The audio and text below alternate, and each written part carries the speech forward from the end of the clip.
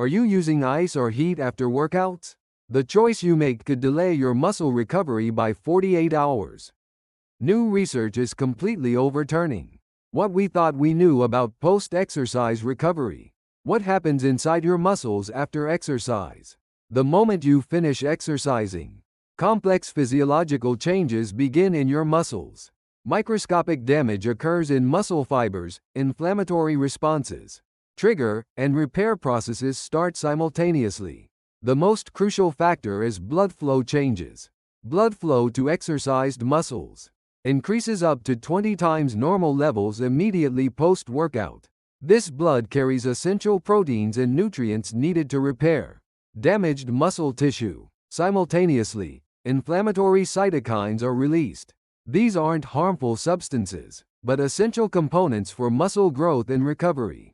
However, when this inflammatory response becomes excessive or prolonged, it leads to severe muscle soreness and delayed recovery. The scientific mechanism of ice therapy. Ice therapy constricts blood vessels, reducing blood flow. When temperatures drop below 59 degrees Fahrenheit, blood vessels can constrict by up to 75%. This suppresses inflammatory responses and provides immediate pain relief. Harvard Medical School researchers discovered a fascinating fact: groups using 15-minute ice therapy after exercise experienced 60% less muscle pain, but their muscle growth rates were actually 25% lower. Ice therapy reduces pain but may interfere with muscle development. Another effect of ice therapy is slowing nerve transmission speed. Cold temperatures delay pain signals traveling to the brain by up to 40%, providing immediate analgesic effects. Heat therapy's remarkable effects on muscle recovery. Heat therapy produces opposite effects to ice. It dilates blood vessels, increasing blood flow and promoting oxygen and nutrient delivery. Heat therapy at around 104 degrees Fahrenheit can increase muscle blood flow up to 3 times normal levels. More importantly, heat therapy promotes muscle protein synthesis. Research from Tokyo University's Sports Science Department found that groups using 20-minute heat therapy after exercise had 45% higher muscle protein synthesis rates than ice therapy groups. Heat therapy also increases muscle flexibility. Warm temperatures increase muscle fiber elasticity, reducing stiffness and preparing muscles for subsequent workouts. Quick question: which method have you been using after exercise? If you've been using the wrong approach, it's important to change starting now.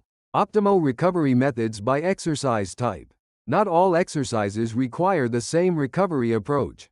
The optimal method varies depending on exercise type and intensity. After high-intensity strength training, heat therapy is more effective.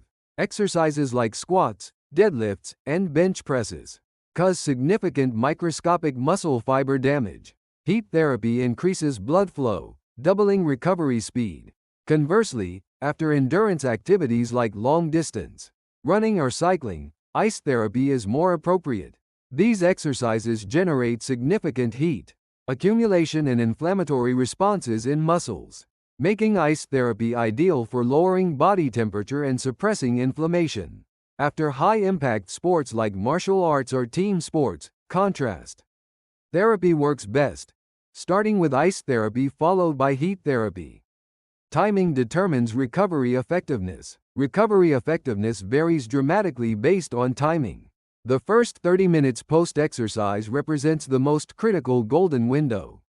During the acute phase within 6 hours post-exercise, inflammatory responses are most active. Ice therapy during this period can suppress excessive inflammation, but heat therapy may worsen inflammation. During the recovery phase 6 to 24 hours post-exercise, heat therapy becomes more effective.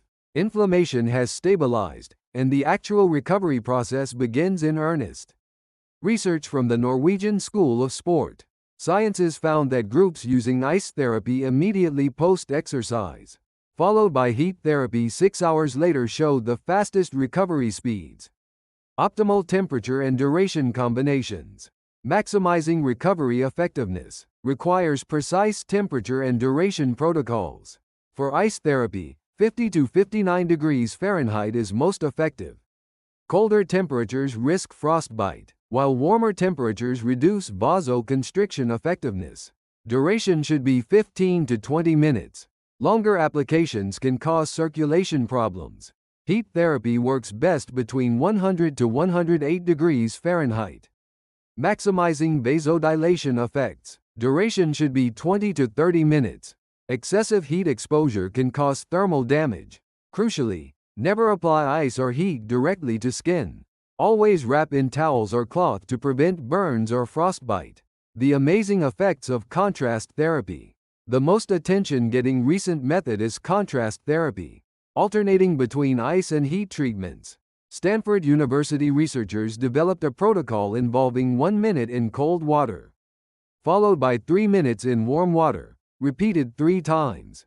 This method alternates vasoconstriction and vasodilation, maximizing blood circulation. Athletes using contrast therapy showed 40% faster lactate clearance rates than conventional methods. They also experienced significantly less next-day muscle soreness. The key principle is ending with cold water. Ending with heat therapy maintains vasodilation, potentially prolonging inflammation. Professional athletes' secret techniques. Professional athletes use specialized recovery methods unknown to most people.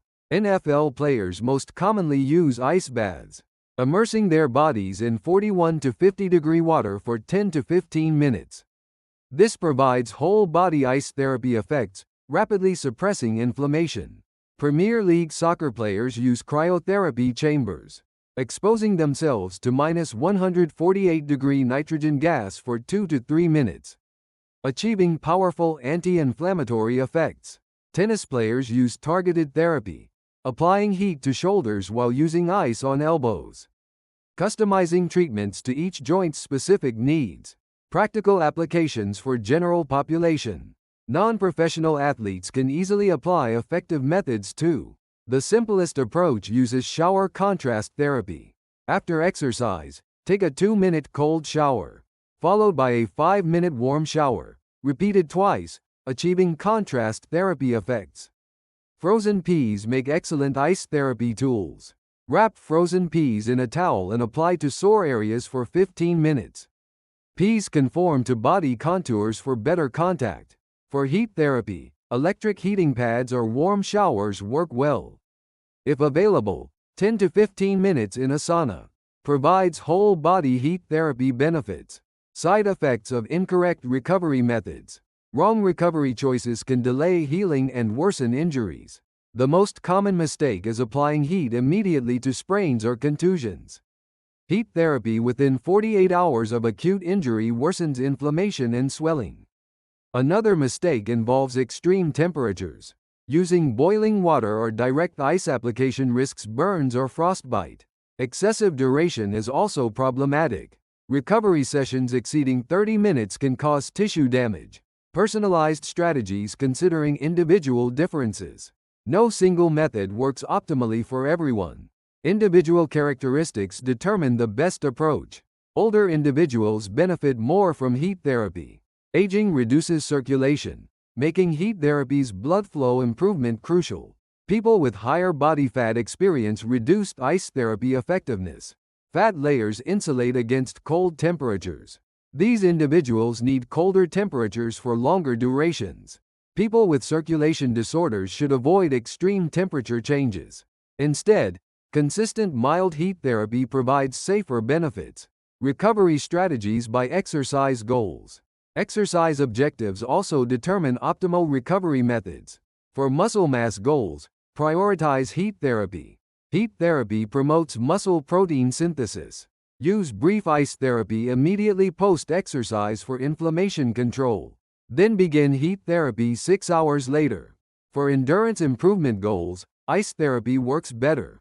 Ice therapy promotes mitochondrial development, enhancing endurance capacity. For injury prevention priorities, contrast therapy excels. It improves circulation, increases muscle and joint flexibility, and reduces injury risk. Latest research revelations. Recent studies reveal facts that challenge conventional wisdom. Griffith University researchers in Australia found ice therapy can impair exercise adaptations. Groups using ice therapy for 12 weeks showed 25% lower strength improvements than non-ice therapy groups. Conversely, German Sports University research demonstrated heat therapy's superior effectiveness for muscle damage recovery. Heat therapy groups returned to normal creatine kinase levels within 48 hours, while ice therapy groups required 72 hours. These studies emphasize the importance of choosing methods based on individual goals and circumstances. Starting today, apply optimal recovery methods, considering your exercise goals and types. You'll notice definite improvements within weeks. If this health information helped you, please subscribe, like, and hit the notification bell. I'll return with more beneficial content for your healthy life.